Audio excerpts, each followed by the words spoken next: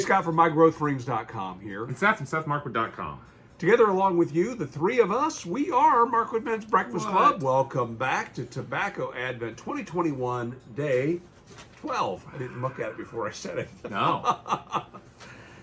Morning, boy. Good morning, Homer. How are you? I'm doing great. Yeah? Thank you for asking. Excellent. We are almost at the halfway point in the month and of Tobacco Advent. We're cruising right along.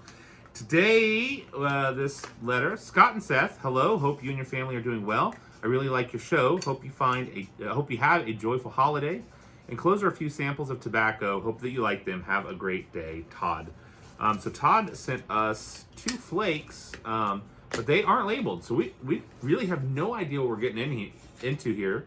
But thank you, Todd, for that. What we do know is I added some humidification to these a couple days ago. Yes. These are crunchy. So we'll see how it goes. But being a flake, of course, we use the patented Markwood Men's Breakfast Club fold, twist, and poke method. A lot of people will rub out their flake. I don't. Which means it can be a little bit of a challenge to get lit.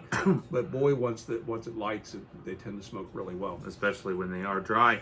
Yeah, it's like a wildfire. Yeah, I think, or I wonder if just the compressed nature of it kept it from taking on moisture the way that most of the others. Think that wouldn't have an effect on it.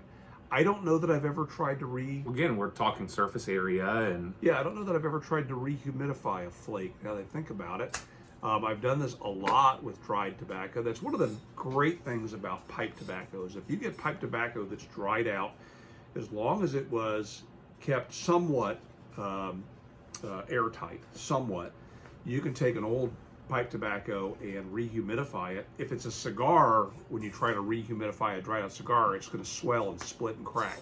So that's not going to work. Unless, so my friend Chris just did this with a bag full of cigars that had been left in a humidor that had been non-humidified using Boveda.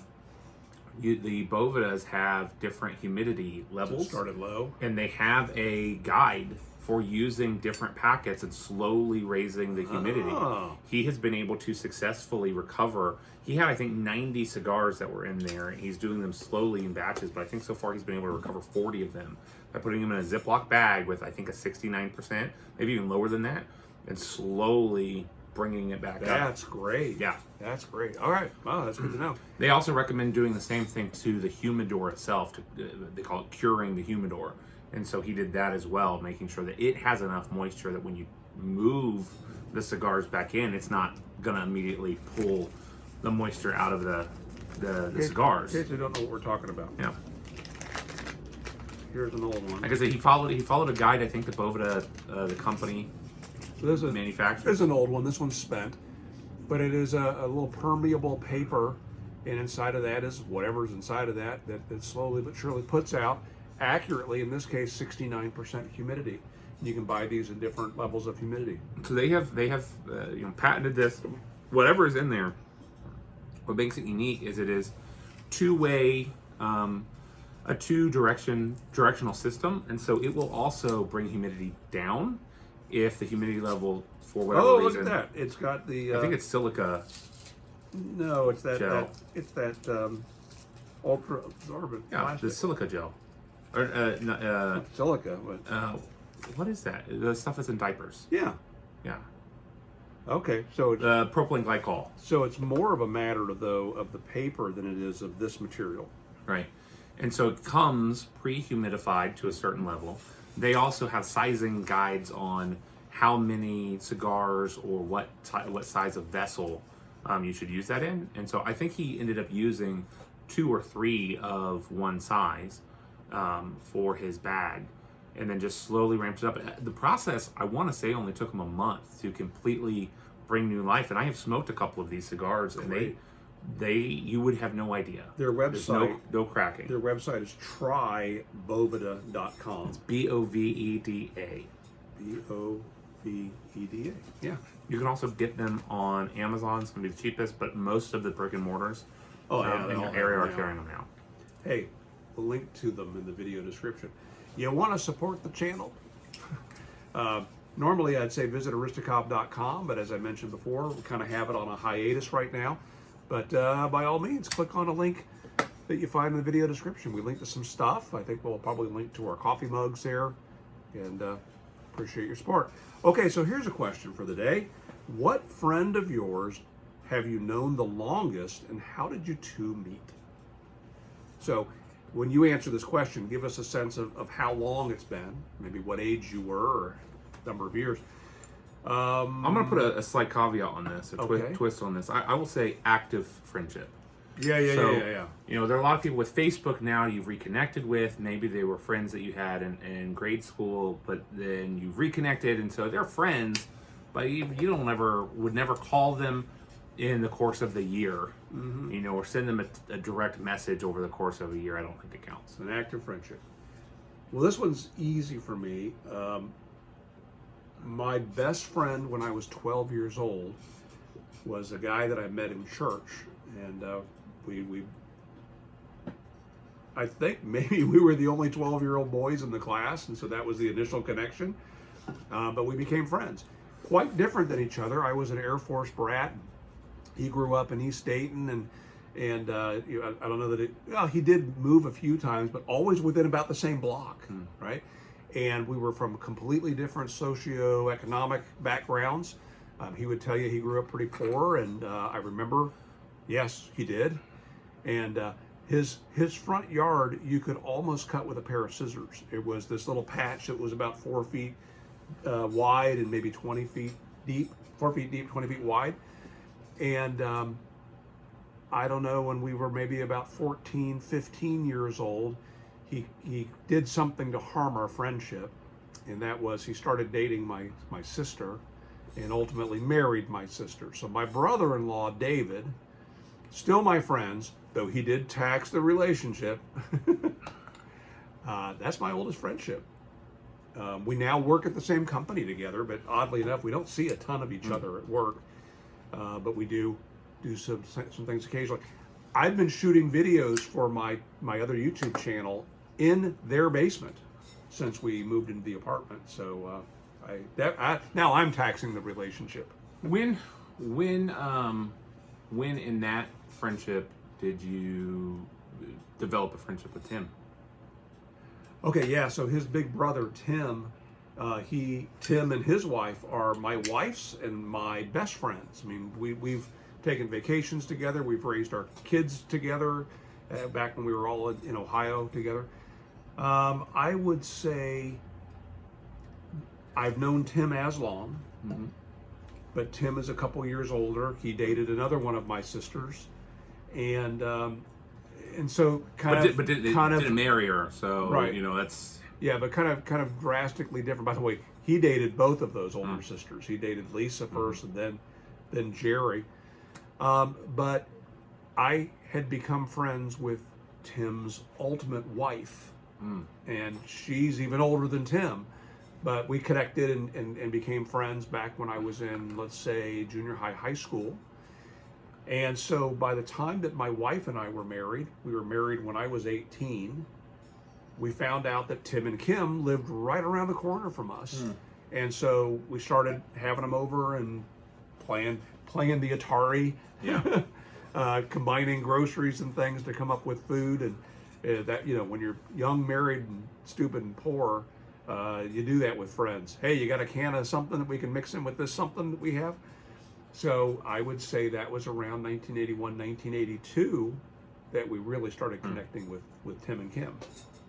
So yeah, as old a relationship, but not as old a friendship. With Tim and Kim.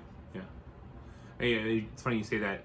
Just last night we had my wife's siblings and their spouses and another good friend of ours.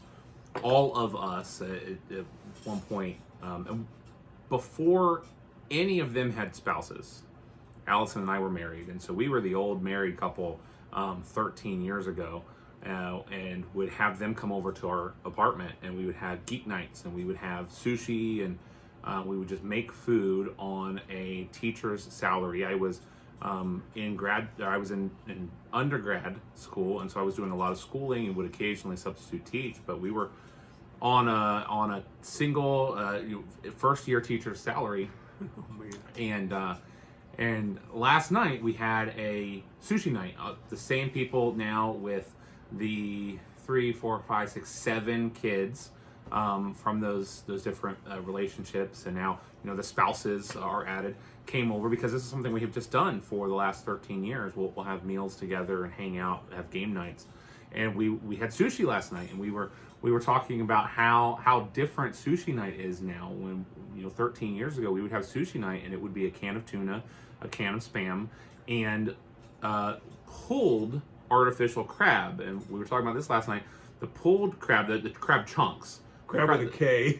Well, yeah, artificial, but the crab chunks were less expensive than the long tubes of crab, which is what you normally would use for sushi, but we would always get the chunks because you can get them at Aldi for cheap. Compared to 13 years ago, the sushi we made last night was so bougie. We had there was shrimp. We had so much salmon and tuna, and we just everybody pitched in, and the stuff but fresh tuna, there wasn't a can in sight. And we were just talking about that last night about how times have changed. At this point, any one of our adult job salaries is as much as or more than all of our salaries combined, working at Cold Stone Ice Cream and Starbucks and being a teacher. And so, how times have changed. But yeah, for me, I don't have any other than, the qualifier there. Tim's kids we connected with, but I don't have an ongoing they're all friendship over the place, right? with them. They're in Kentucky and that's right. Cincinnati. So all of my friendships are ones that have developed since we moved to North Carolina, which was 1999. And so, 2 of the friends that I have that 3 of the friends that I have that I keep in contact with, definitely within a yearly basis. I met when we moved here in 99, the year 2000, one of the very first friends that I made. We still keep in touch. He's now living in Charlotte, which is a couple hours away from us, but we'll catch up a couple of times a year usually.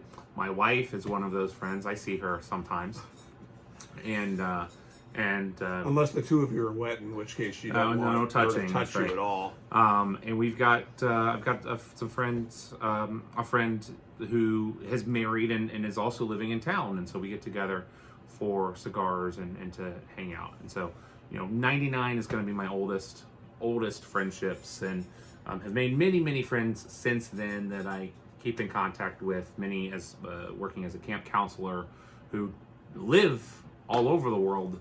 Are those friends old counselors, or were those friends kids from the camp? Sometimes both. I worked at the one summer camp for 6 years, and over the span of 6 years, a number of campers became counselors. And so, some of the people, like I've got two friends actually that were campers. They became counselors. I was their manager at one point as counselors, but they are in Colorado and have started a brewing company and really successful, and it's a place I definitely want to visit the next time I'm out there and I'm able to. So mostly, almost all of anybody that I would consider a friend now made it to the counselor relationship point, but some of them didn't start that way. Gotcha. Which was weird. I mean, it's a bit of a surreal experience. Also, I mean, we have my wife has experienced the same thing with some former students of hers. She had one of her former students in particular. We just attended her wedding a couple of weeks ago, and she comes and has babysat her kids, and she, in her mind, as she would say, she's adopted our kids as her own, and she brings them gifts and birthday presents and brought them Halloween candy and stuff. And so, but we're having breakfast on Saturday with Text and Little C. Yes, I did say TEXT, Text and Little C, who are in town from Florida. And I used to work with this young gal when she was right out of college and worked in customer service at my employer's place. And 20, 25, 30 years younger than my wife and I, probably 30 years younger than my wife and I. But we kept running into each other at concert venues and running into each other in lines to see the same movie and so on. And so it's like, let's do something together. Let's have dinner. Let's go hang out. We became friends with these people, and it's just so funny that there's this huge disparity in our age. They have young they're my children. age. Yeah, they have young kids, but we're still friends with them. Yeah. And it's funny how the age difference doesn't matter as we get older and older. Yeah. And some of the things that maybe they didn't relate to in the early days when they were a young childless couple, now they connect with my wife and have had questions about raising kids and so on. It's been kind of fun. But yeah, it's been probably 20 years. Yeah. We've been friends with them. All right, what do you think of the tobacco? See, I asked the question this time. Remembered. I'm proud of you for that. I enjoyed it. I enjoyed it a lot more than I thought I would. Yeah. For as dry as it started out. Yeah. But I agree. I think a combination of it being dry and whatever type of tobacco it is, I'm feeling a little bit of a nicotine buzz. Which you do with the flake anyway. Generally, so, and so I think the way it burned, and because it burned so quickly, also we've been doing a lot of these back to back. So yeah, I agree. It's good. Thank you for sending that along. We appreciate it. And okay, I think that's it for today. that's it. Be sure to join us tomorrow, day 13. Make it a great day. See ya.